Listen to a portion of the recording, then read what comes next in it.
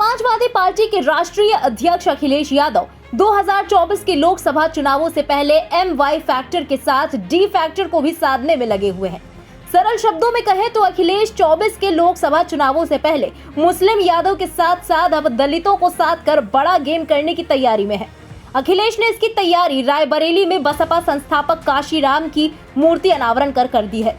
वहीं कांग्रेस के गढ़ यानी रायबरेली में अखिलेश स्वामी के सहारे दलितों को साधने में लगे हुए हैं। स्वामी जमीनी स्तर पर बसपा के पुराने नेता रहे हैं। बीजेपी की सरकार में रहते हुए भी उन्होंने दलितों, वंचितों और शोषितों को हक न मिलने और सूबे की सरकार के द्वारा दलितों की आवाज दबाने की बात कहकर बागी रुख अपनाया था और उसके बाद 22 के विधानसभा चुनावों से पहले भाजपा का दामन छोड़ समाजवादी पार्टी से अपनी राजनीतिक नैया को आगे बढ़ाया। दरअसल स्वामी जानते हैं कि कहीं न कहीं बसपा की जमीन कमजोर होने के बाद दलितों के लिए काम करने वाला कोई बड़ा चेहरा नहीं है। स्वामी उसी खाली जगह को भरने की कवायद में जुटे हैं। वहीं स्वामी की इसी इमेज का फायदा उठाकर अखिलेश भी कहीं न कहीं 24 के लोकसभा चुनावों में कुछ बड़ा उलटफेर करने की तैयारी में है।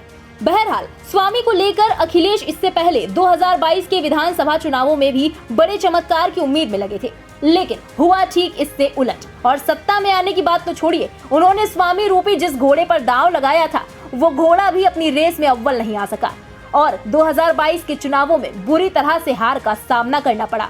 अब रायबरेली में अखिलेश स्वामी को कांशीराम का उत्तराधिकारी बताकर बसपा के कैडर वोट बैंक में सेंध मारकर MY फैक्टर के साथ D फैक्टर को साधने में जुट गए हैं। बसपा के वोट बैंक को अपनी तरफ लाने के लिए स्वामी प्रसाद ने रायबरेली में 90 के दशक में बड़ा उलटफेर करने वाले नारे मिले मुलायम कांची राम, हवा में उड़ गए जय श्री राम, बाकी राम झूठे राम, असली राम कांची राम का नारा लगाया।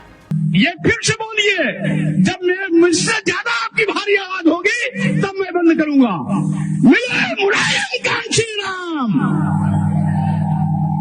मिले मुलायम कांची राम, ये नारा गूंजा था।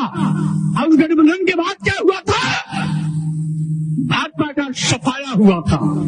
वहीं अखिलेश ने इस नारे को मूर्त रूप देने के लिए बसपा संस्थापक काशीराम का असल उत्तराधिकारी और दलितों शोषितों के लिए काम करने वाला नेता बताकर उनके काशीराम के रूप में स्थापित करने का प्रयत्न किया है।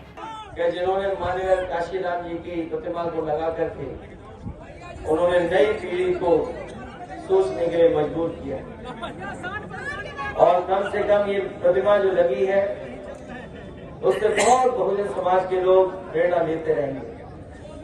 माननीय काशीराम जी ने जो संघर्ष किया, जो रास्ता दिखाया और नेताजी ने जो साथ लिया था उस समय पर, उसी का परिणाम है कि उत्तर प्रदेश की राजनीति में बदलाव आ गया।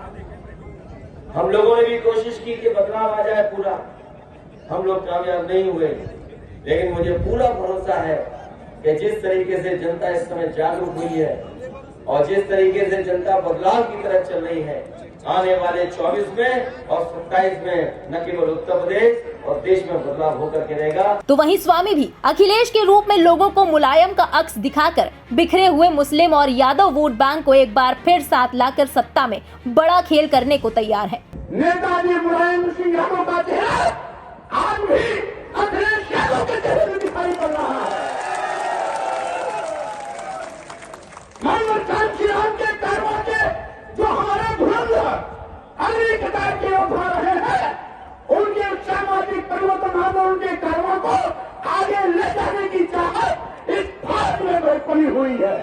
इसे मैं कहना चाहता हूं, आज हम संकल्प लेते हैं मानव कांशीराम जी की प्रतिमा के अनावरण के अवसर पर हम संकल्प लेते हैं कि आज हम सभी मिलकर के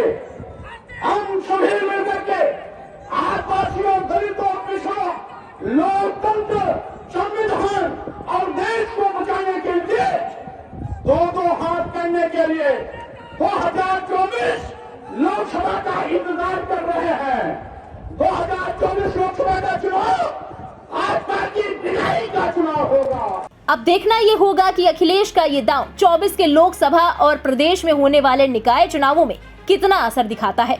फिलहाल इस खबर के बारे में आपका क्या कहना है, कमेंट सेक्शन में लिखकर अपनी राय जरूर बताएं। देश और प्रदेश के अलावा राजनीति के गलियारों से जुड़ी तमाम लेटेस्ट अपडेट्स के लिए सब्सक्राइब करना ना भूलें इंडिया पब्लिक खबर के YouTube चैनल को और बेल आइकन दबाएं ताकि चैनल से जुड़ी सारी लेटेस्ट अपडेट्स आप तक वक्त से पहुंच पाए।